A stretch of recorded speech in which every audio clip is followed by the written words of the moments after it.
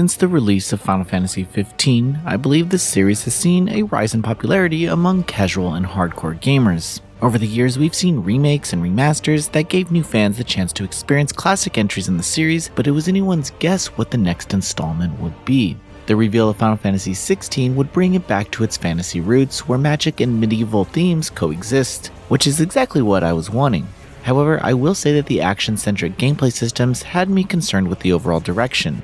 That said, there are plenty of turn-based entries across this franchise, so I came in with an open mind.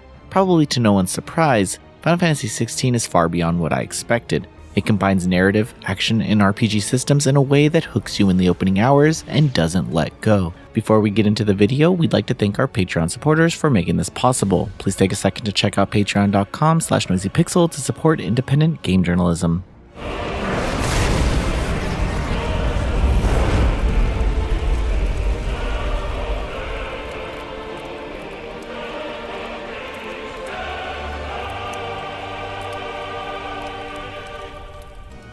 Final Fantasy XVI opens with the introduction of the main protagonist, Clive Rossfield. I think going into this character knowing absolutely nothing about him will make the impact of the opening 2 hours more significant. There's been plenty of trailers out there that show off his true strength, but for those looking to go in blind, I'll put a timestamp that skips this story introduction. Clive is an honorable swordsman born into royalty as the Archduke of Rosaria's first son. However, he faces ridicule from other highborn individuals after he was not chosen by the fire icon known as Phoenix. Instead, that power went to his little brother, Joshua. Clive dedicates his life to growing stronger to protect his kingdom and brother. He does his best to stay out of trouble, but his entire world is crushed after a tragic event. I found myself more attached to Clive than I initially thought I would be. He's very to the point and blunt about his feelings during combat, but struggles with interacting with his emotions through simple conversations. This could be because combat is all he grows to understand, and the troubles of daily life or personal relationships take him a while to fully comprehend. He's a loyal warrior, but makes his own choices during situations that cause him to be a bit unpredictable. There's room for character growth within him, but his goals are fueled by revenge and curiosity, which makes me eager to witness how he adapts to later parts of the narrative. I'd say the approach to this type of story mirrors interactions that you might see in the Game of Thrones or even The Lord of the Rings. You don't only see the world through the eyes of Clive, instead the story shows other character interactions that Clive may be unaware of, causing the player to, at times, know more about what's going on than Clive does.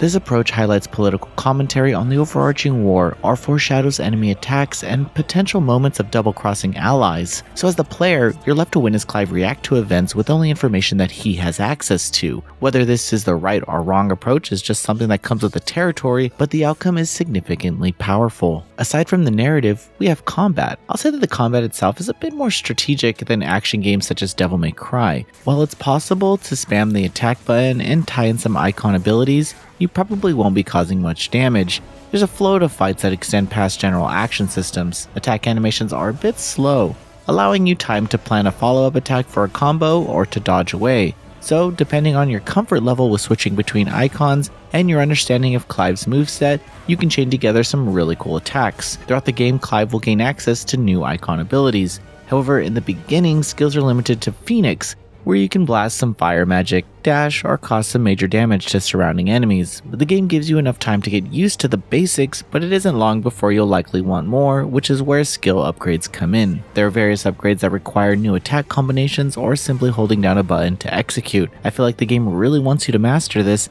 as there's even a training simulator to work out the combos. Sure, it's possible to get through encounters without touching the advanced systems, but you'll be missing out on what makes the combat so addictive. There's intent with every action. You feel the weight of attacks and abilities as you read the battlefield to react to a handful of enemies trying to attack you. Dodging feels exceptionally rewarding, but I will say that sometimes it's tough to read an enemy attack when they group up around you, and an enemy off-screen zooms in with an attack ability. This can be mitigated by equipping one of the accessibility rings that give you the option to dodge after a QuickTime event. This also works during boss battles, along with several other rings that make fights easier, such as one where your dog Torgal can auto-attack. After you're more comfortable with the action, you can unequip these items or switch from story-focused mode to action mode at any point. There are brief moments of open-world-esque areas where you can explore and fight enemies. These also act as areas where you can take on side quests, but after exploring, I didn't really find anything too exciting outside of equipment. On the other hand, this was a preview environment, and I'm hoping that the side quests give the player more reason to look around. Regardless, each area I explored was gorgeous. The environments are all distinct as you make your way across the map. I was also able to explore and interact with the people of the Hideaway. I will say that the interactions with the NPCs appear a bit stiff. I believe this is highlighted further by the negative space surrounding the characters during conversations. It makes the stiff animations and awkward exchanges just more prominent. Regardless, I really enjoyed the English dub as each actor played their character wonderfully, which is needed for the more emotional story beats. Final Fantasy XVI is an evolution of the series we've been waiting for and a must-play this summer. It doesn't forget about the traditional fantasy JRPG systems as it raises the bar for storytelling and combat within the genre. It's an experience that extends far past what you'd expect from this series, as you're left dwelling on the events that transpired long after you put the controller down. Even after 5 hours that I played, I can't stop thinking about what comes next for Clive and his crew. I'm eagerly awaiting to see how he responds to the powerful forces set on hindering his goals. Final Fantasy XVI is coming to PlayStation 5 on June 22nd, 2023. Thanks for watching. This video is brought to you by our supporters on Patreon. Noisy Pixel is run by a group of gamers providing independent gaming coverage through news, reviews, previews, and more. Check out our Patreon to help support our continued growth and subscribe to keep up with all our future content.